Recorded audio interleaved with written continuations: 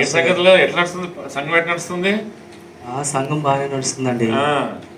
భార్య పిల్లలు అందరూ బాగున్నారా? అందరూ బాగానే ఉన్నారండి.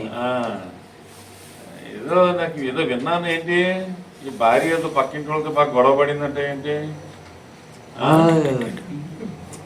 ఏం చేస్తామండి ఇవన్నీ? అది కాదు, ఏదో ఇంట్లో ముందు వాళ్ళు ఏదో కళ్యాణ్ చల్లారు, ఏదో ఉంటాయి ముందు చేసేవి. దానికి మీ పిల్లలు మీ కొడుకులు కూడా పోయి అరిచారంట అట్లా. మన పాస్టర్స్ మనం సేవకులు మనం ఇలా గొడవలు చేసుకుంటే ఎట్లయితుంది? అప్పుడప్పుడు ఏం చిన్నయ్యా, వాక్యం ఏం చెప్తుంది? తిమోతిలో ఏం రాస్తాడు పరిశుద్ధాత్ముడు? అయ్యా మీ పిల్లల్ని ఆధీనంలో ఉంచుకో, భార్యని ఏం ఆధీనంలో ఉంచుకోకుండా మన సంఘానికి ఏం చెప్తామయ్యా బాబు? నాకు అర్థం కాదు.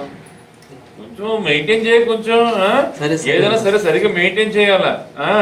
అర్థమవుతుందా? సాక్షి ఎట్లా మనం ఏం చెప్తాం? సండే వస్తుంది, సండే పోయి మనం అక్కడ వాక్యం చెప్పేసి అది ఎవరికి పొక్కింది అనుకో, సంఘస్థులకి ఎవరికి తెలిసిందనుకో, పాస్టర్ కొట్టింది, పాస్టర్ అరిచిందంట, పిల్లుడు అరిచాడంట. ఏమైనా నాకు అర్థం కాదు. నాకు నా వరకు వచ్చింది, అది అందుకు చెప్తున్నా నేను. మళ్ళీ అది తెలుసుకుంటే బాగుంటది. మళ్ళీ అట్లా తెలుసుకుంటే సర్దిద్దుకో, కొంచెం కుటుంబం పిల్లలు కూర్చోబెట్టి చెప్పు కొంచెం. ఏమంటావు? చిన్న ప్రార్థన చేస్తాను నీకోసం. జాగ్రత్త. తండ్రి అయ్యా, రవి మంచి సాక్ష్యం మెయింటైన్ చేయడం సాయం చేయండి. పిల్లల్ని భార్యని అదుపులో ఉంచుకోవడం సాయం చేయండి. ఏసు పెట్టుకుంటాం తండ్రి. ఆమేన్ ఆమేన్. సరేనా, ఉంటానా?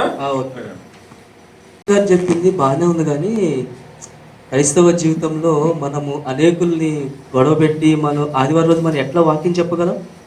మన కుటుంబం సరిగా లేకుండా అని చెప్పింది కరెక్ట్గానే ఉంది.